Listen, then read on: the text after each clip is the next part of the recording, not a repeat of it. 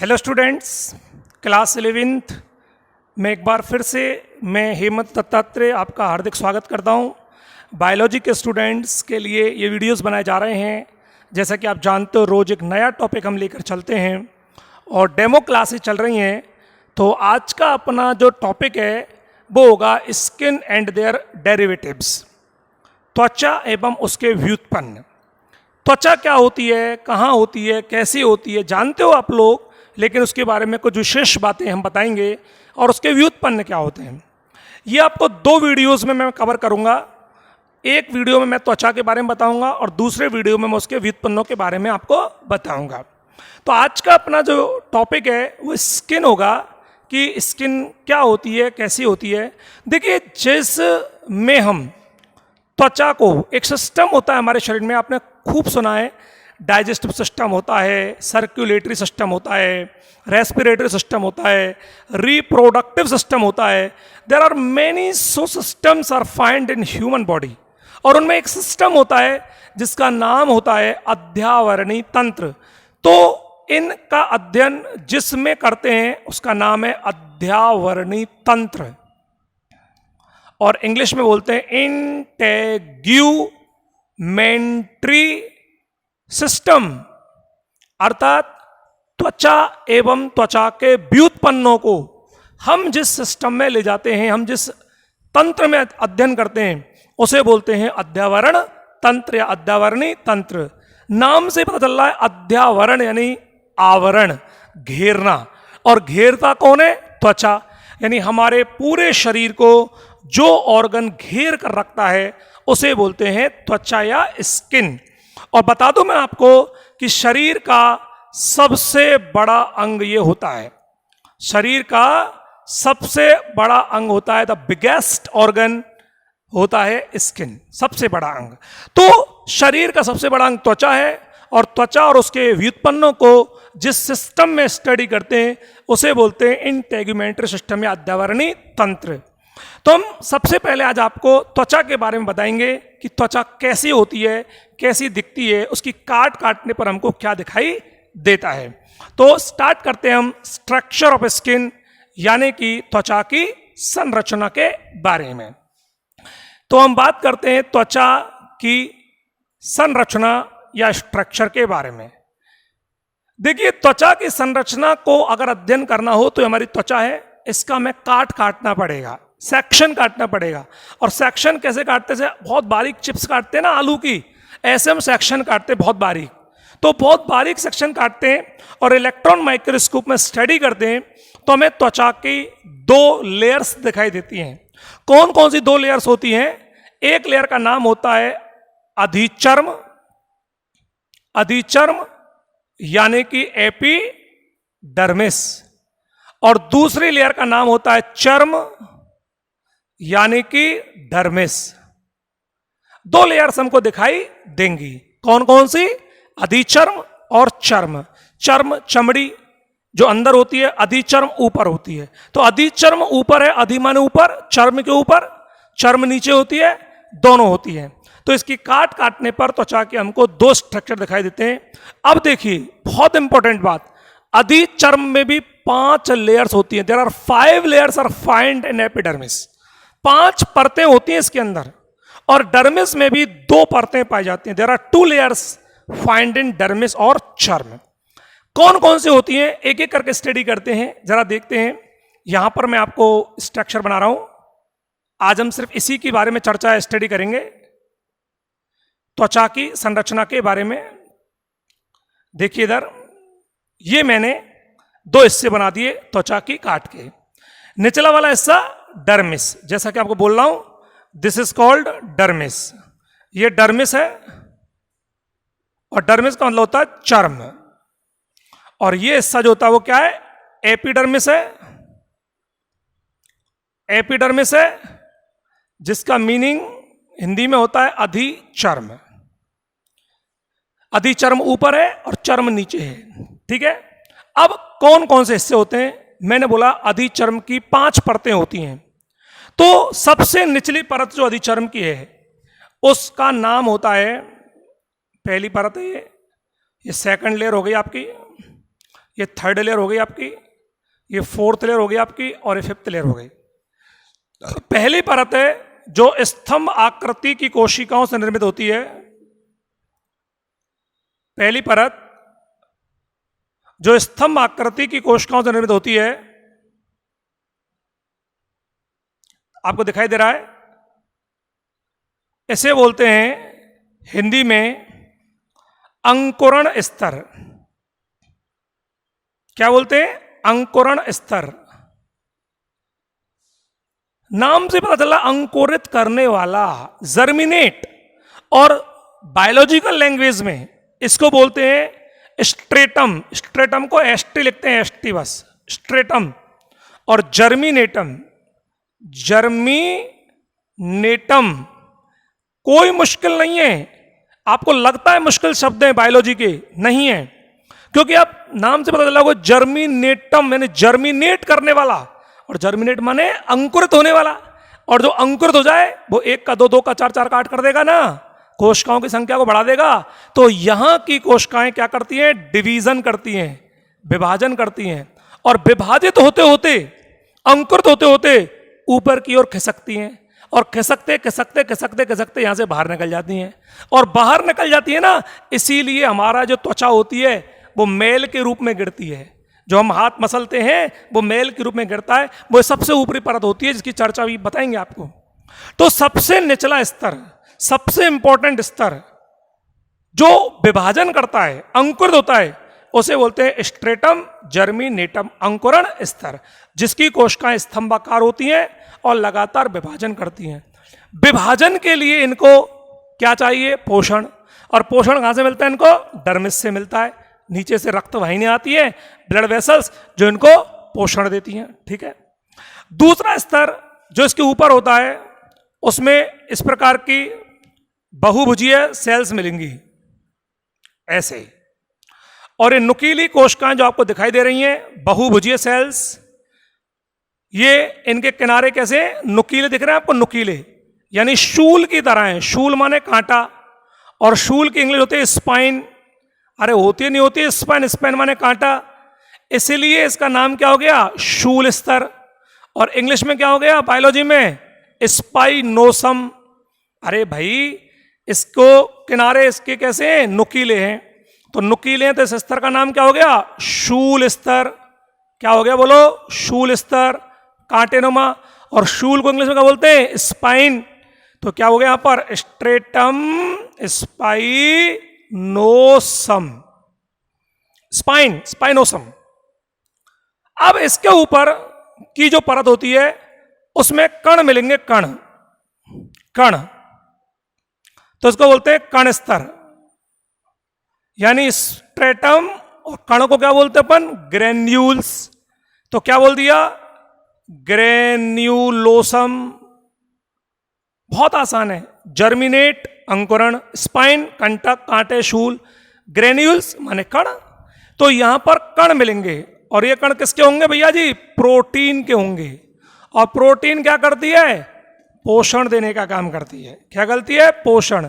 तो यह स्तर जो होता है उसमें प्रोटीन पाई जाती है, और प्रोटीन इस पूरी अधिचर्म को पोषण देने का काम करती है। नीचे से ऊपर जा रहा है, खिसकते हुए खिसकते हुए खिसकते हुए। अब चौथा होता है जिसका नाम होता है स्वच्छ स्तर। स्वच्छ स्तर यानी स्ट्रेटम ल्यूसिडियम, ल्यूसिडियम। और ल्यूसिन नाम का पदार्थ सबसे चिकना होता है, ल्यूसिन, ल्यूसिन, इसलिए ल्यूसिडियम हो गया स्वच्छ। तो ये स्तर एकदम चिकना होता है, टाइल्स की तरह। जैसे टाइल्स होती है ना हमारी, पानी डालो नीचे गिर जाएगा, पानी डालो नीचे गिर जाएगा, इसलिए सबसे चिकना स्तर है जो टाइल्स की तरह दिखता है। तो यहां पर आपको क्या करना है? एज ए टाइल्स बना देनी है। देखो कैसे आपको समझ में आ रहा है चीजें। बिल्कुल आपके लिए नए टॉपिक है ये। जो 11th क्लास के बच्चे जो वीडियोस देख रहे हैं उनके लिए नए टॉपिक हैं, लेकिन घबराना नहीं है, आपको बहुत आसानी समझ में आएंगे। अच्छे अच्छे टॉपिक्स उसको आएंगे। ये हो गया आपका स्वच्छ स्तर, नाम से चल रहा है स्वच्छ, साफ सुथरा, चिकना। ये हमारा सबसे इंपॉर्टेंट स्तर है। क्यों है? देखो, क्योंकि सबसे ऊपरी परत है ना, वो तो मृत है, मरी हुई। ये जो पार्ट है ये तो मृत है, डेड। ये तो मेल के द्वारा, मिट्टी के द्वारा, मिट्टी, मेल, बैक्टीरिया, वायरस सब चिपक जाते हैं। हाथ धोया, वॉश किया, निकल गया। जितना भी वायरस, बैक्टीरिया जो भी लगता है ना, सब यहीं लग जाता है। हैंड वॉश करो, ऊपर की परत गिर जाएगी ये वाली, और ये सुरक्षित रह जाएगी। इसलिए इसको बनाया गया है। तो सबसे ऊपर की परत कौन सी है? जिसका नाम होता है मृत स्तर या किण स्तर, या इसको क्या बोल सकते हैं? मृत स्तर, मृत स्तर, स्ट्रेटम कॉर्नियम। कॉर्नियम ये डेड पार्टिकल्स हैं। यहां मृत कोशिकाएं पाई जाएंगी, ऐसे ऐसे शल्क रूपी, इस प्रकार की शल्क रूपी, ऐसे ये मृत कोशिकाएं मिलेंगी। यहां क्या मिलेंगी? Dead cells. और यही डेड सेल्स अंदर की लाइव सेल्स को बचाने का काम करेंगी। अगर यूं कह सकते हो कि ऊपर की त्वचा अगर नहीं होती तो हमारे अंदर की तरफ संक्रमण हो जाता है। एक क्वेश्चन आता है, और बताया तो आपको मैं, कि स्वच्छ स्तर के वजह से ही पानी हमारे शरीर में नहीं जाता। पानी से नहाते, और जब नहाते तो पानी अंदर चला जाना चाहिए, क्योंकि तेल ऑयल वगैरह तो चले जाते हैं ना। जैसे कोई ऑइंटमेंट लगाया, तेल लगाया आपने, कोई दर्द हो रहा है, तेल लगाया, ऑइंटमेंट ट्यूब लगाया, ट्यूब कहाँ चला जाता है? शरीर में चला जाता है, अंदर चला जाता है त्वचा में। क्यों? वो एब्जॉर्ब हो जाता है, ठीक है ना। लेकिन पानी एब्जॉर्ब नहीं होता। क्यों नहीं होता? क्योंकि ये चिकना स्तर है। तो ट्यूब भी चिकना है और ये भी चिकना है, तो एब्जॉर्ब कर लेगा। लेकिन पानी और चिकनेपन का मेल नहीं है, इसलिए पानी फिसल करके नीचे गिर जाएगा। ये हमको इंपॉर्टेंट बात ध्यान में रखनी है। तो अधिचर्म के 5 स्तर कौन से हुए? अंकुरण स्तर, जो ऊपर की ओर खिसकता हुआ नए स्तर बनाएगा। शूल स्तर, नीचे से ऊपर की ओर है। फिर कण स्तर, स्वच्छ स्तर और मृत स्तर। मृत स्तर ही हमारे निचले स्तरों की सुरक्षा करता है। अब लास्ट रह जाएगा आपका। तो देखिए, हमने आपके साथ चर्चा की कि एपिडर्मिस के बारे में, और एपिडर्मिस के बारे में 5 स्तर हमने आपको बताए। देन अपना लास्ट में रह जाता है डर्मिस के बारे में बात करना, कि भाई ये जो जितना भी लेयर्स आपने देखी हैं, ये सारी लेयर्स जो आप देख रहे हो बराबर से, तो इन लेयर्स का निर्माण तो हो गया, ऊपर की तरफ चला गया। अब इनको पोषण कौन देगा, वो देखने वाली बात है। तो देखिए पोषण कौन देगा। तो ये हो गया डर्मिस। अब डर्मिस के होते हैं 2 लेयर्स। डर्मिस की कितनी होती है? 2 layers. There are 2 layers found in dermis. कौन कौन सी होती है? इसका नाम होता है, यहां से ले रहा हूं मैं आपको, यहां से लेकर यहां तक, इसका नाम है पेपिलरी लेयर, पेपिलरी स्तर।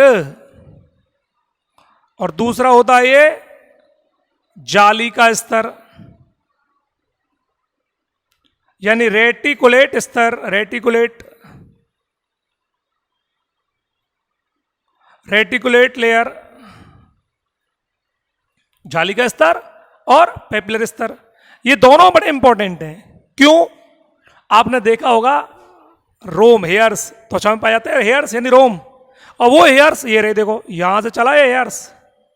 लेकिन आपने कभी सोचा है कि ये हेयर्स कहां से आया? ये हेयर्स की जो गांठ है ना, जड़े, वो डर्मिस में पड़ी हुई है, डर्मिस में है ना। इसी प्रकार पसीना ग्रंथियां यहां ऐसे, यहां से ये पसीना ग्रंथियां, स्वेप्ट ग्लैंड्स, इसकी भी जड़ कहां पड़ी हुई है? यहां पड़ी हुई है, ठीक है ना।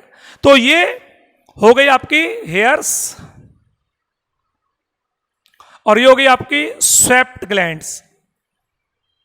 स्वेट ग्लैंड्स यानी कि पसीना ग्रंथियां। तो इनकी जड़ें कहां होती हैं? डर्मिस में। और क्या होता है डर्मिस में? ब्लड वेसल्स होती हैं, रक्त कणिकाएं होती हैं। ये सब रक्त कणिका हो गई, ब्लड वेसल्स। ये ब्लड वेसल्स हो गई, रक्त कणिकाएं, ब्लड वेसल्स यानी कि रक्त केशिकाएं। और क्या होते हैं? तंतु होते हैं। ये देखो तंतु हो गए, ये हो गए आपके तंतु, जैसे कि इलास्टिन तंतु,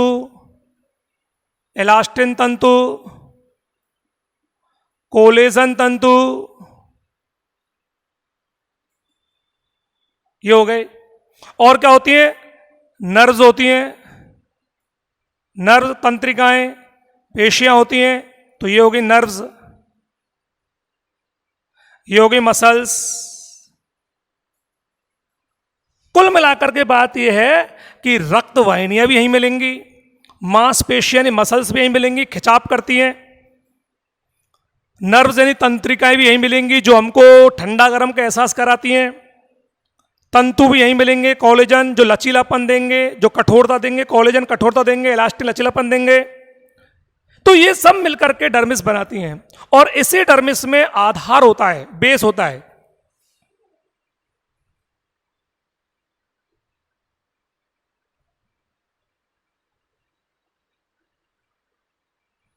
अब ये डर्मिस हो गई, ये एपिडर्मिस हो गई और कुल मिलाकर हो गई त्वचा की संरचना।